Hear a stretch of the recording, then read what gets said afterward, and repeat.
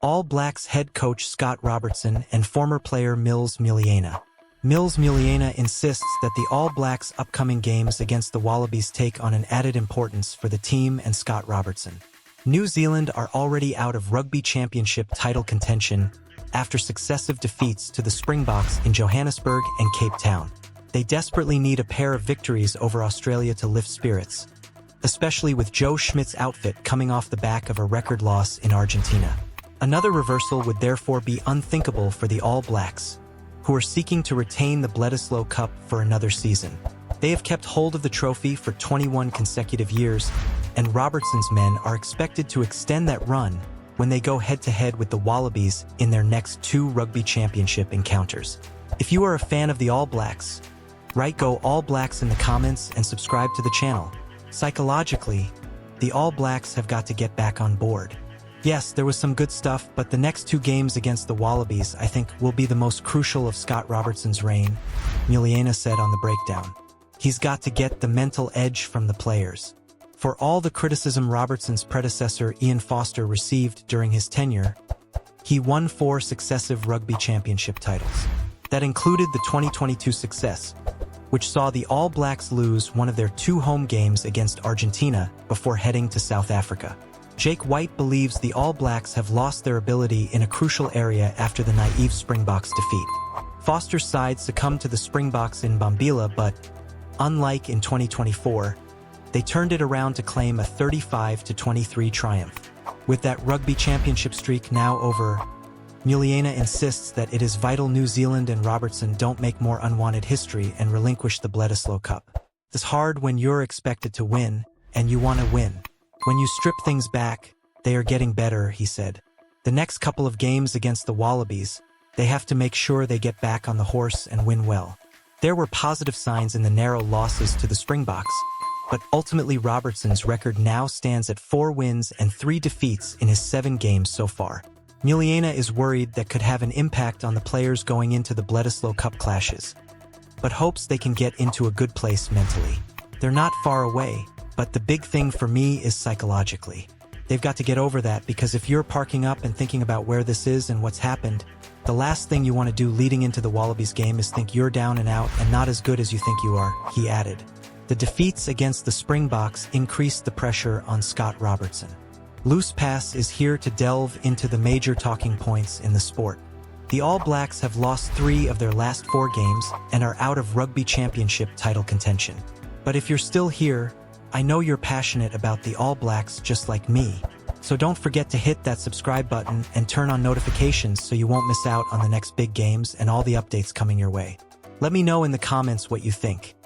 Can Robertson and the All Blacks turn things around in the Bledisloe Cup? I'd love to hear your thoughts. James Parsons hails All Blacks rookie who was massive in defeat against Springboks. Ex-All Blacks hooker James Parsons and current back row Wallace Sati. Although the All Blacks suffered their 2nd successive Rugby Championship loss against the Springboks in Cape Town on Saturday, there were some positives in that loss. That was the word from former All Blacks and Blues hooker James Parsons, who highlighted the performance of rookie back row Wallace Sati after he shone for the men in black. If you are a fan of the All Blacks, write "Go All Blacks" in the comments and subscribe to the channel. Sati made his Test debut as a replacement in New Zealand's 47-5 victory over Fiji in San Diego in July, and also played off the bench in his country's 38-30 loss against Argentina in Wellington last month. That meant he made his first Test start in a hostile environment against the world champions in Cape Town. But despite being just 22 years old, he gave a good account of himself during a 59-minute stint on the field. Sati, who shone at number 8 for the Chiefs in Super Pacific this year, gained 30 meters from 12 carries against the Boks, while also doing his bit on defense as he made 7 tackles.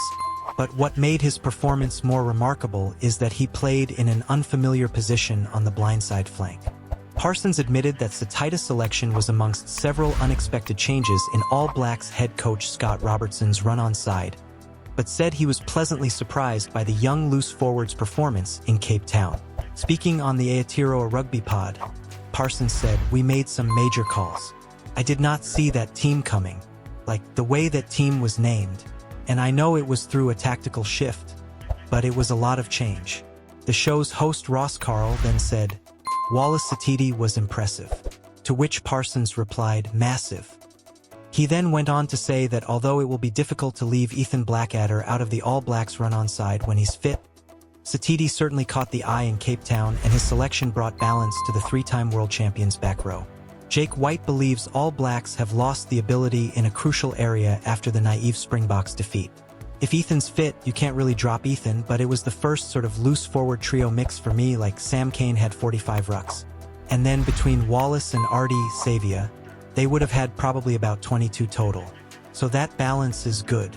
People will look at that and say, oh, it should be, but Sam Cane had 3 carries, whereas Wallace and Artie had 15 and 10. But again, Sam made the bulk of the tackles. But that balance is what we got so used to with a Jerome Kino at 6. And probably with Shannon Frizzell at the 2023 World Cup. Parsons said he was particularly impressed with Sati's ball-carrying ability and how he took the fight to the world champions. That ability, man, the way he got across the gain line when he was carrying was so impressive, he said. And his little short footwork to get out the other side, those little dents he made in that South African defense.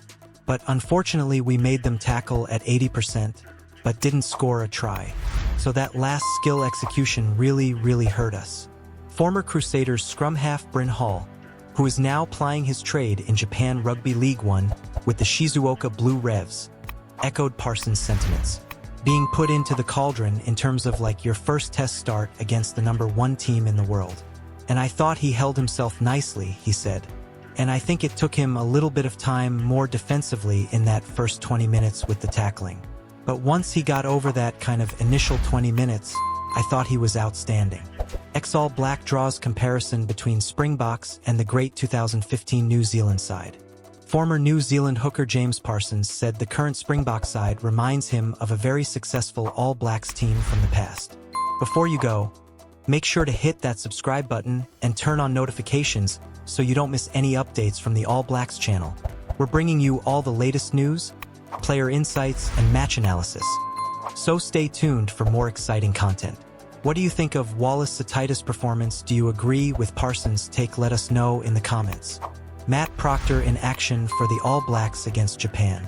The Western Force have bolstered their backline stocks after signing one-cap All Blacks midfielder Matt Proctor ahead of next season's Super Rugby Pacific campaign. If you're a fan of the All Blacks, write Go All Blacks in the comments and subscribe to the channel. Proctor is a well-traveled player, with stints at the Melbourne Rebels 2024, Northampton Saints 2019 to 2023, and the Hurricanes 2013 to 2019, where he was part of their victorious 2016 Super Rugby campaign. He earned his only All Blacks cap against Japan in Tokyo in November 2018, scoring on debut. But that's not all. Proctor also made 12 appearances for the Maori All Blacks between 2013 and 2018. This guy is an explosive ball carrier, and he's solid on defense too. With 72 Super Rugby matches under his belt and 12 tries to his name, plus an equal tally with Northampton in the Premiership and European competitions, you know Proctor is bringing serious firepower to the force. Proctor shared his excitement about the move, saying, "I see a lot of potential in the force. Sure, the results didn't all go their way last season, but the losses were tight there on the verge of something big." He also mentioned that the club has been making some really solid signings over the past year, which is always a great sign. Plus, Proctor's pumped to take his family over to Perth for this next chapter in his rugby journey. Right now, Proctor's still playing in New Zealand's National Provincial Championship with Wellington, but come November, he'll be hitting the ground running in pre-season with the Force. Conversations with fellow Maori All Black Tom Franklin, who spent the 2024 Super Rugby season with the Force, and head coach Simon Cron were key in sealing the deal for Proctor. Franklin couldn't speak highly enough of the club, and the team's culture and direction were a big draw for Proctor. When I talked to Tom, he was clear. It's a great place to live, and the people at the club are top-notch. Plus, Simon Cron and I are really aligned in how we see the game and the values we hold, so that made the decision easier, said Proctor. He's bringing over 10 years of experience with him, and he's confident that his vision of the game will fit right in with what the Force are building. Force head coach Simon Cron is just as thrilled. calling Proctor a very decorated player who will bring a wealth of experience on the field and a professional attitude to help develop the squad, especially the younger backs. And with a recent injury to Bailey Quenzel, Proctor's signing couldn't have come at a better time. Before you go, make sure you hit that subscribe button and turn on notifications so you don't miss out on any All Blacks updates. We've got a lot more exciting news and player insights coming your way. What do you think about Proctor's move to the Western Force? Will he be a game changer for them next season? Let us know in the comments below. We'd love to hear your take.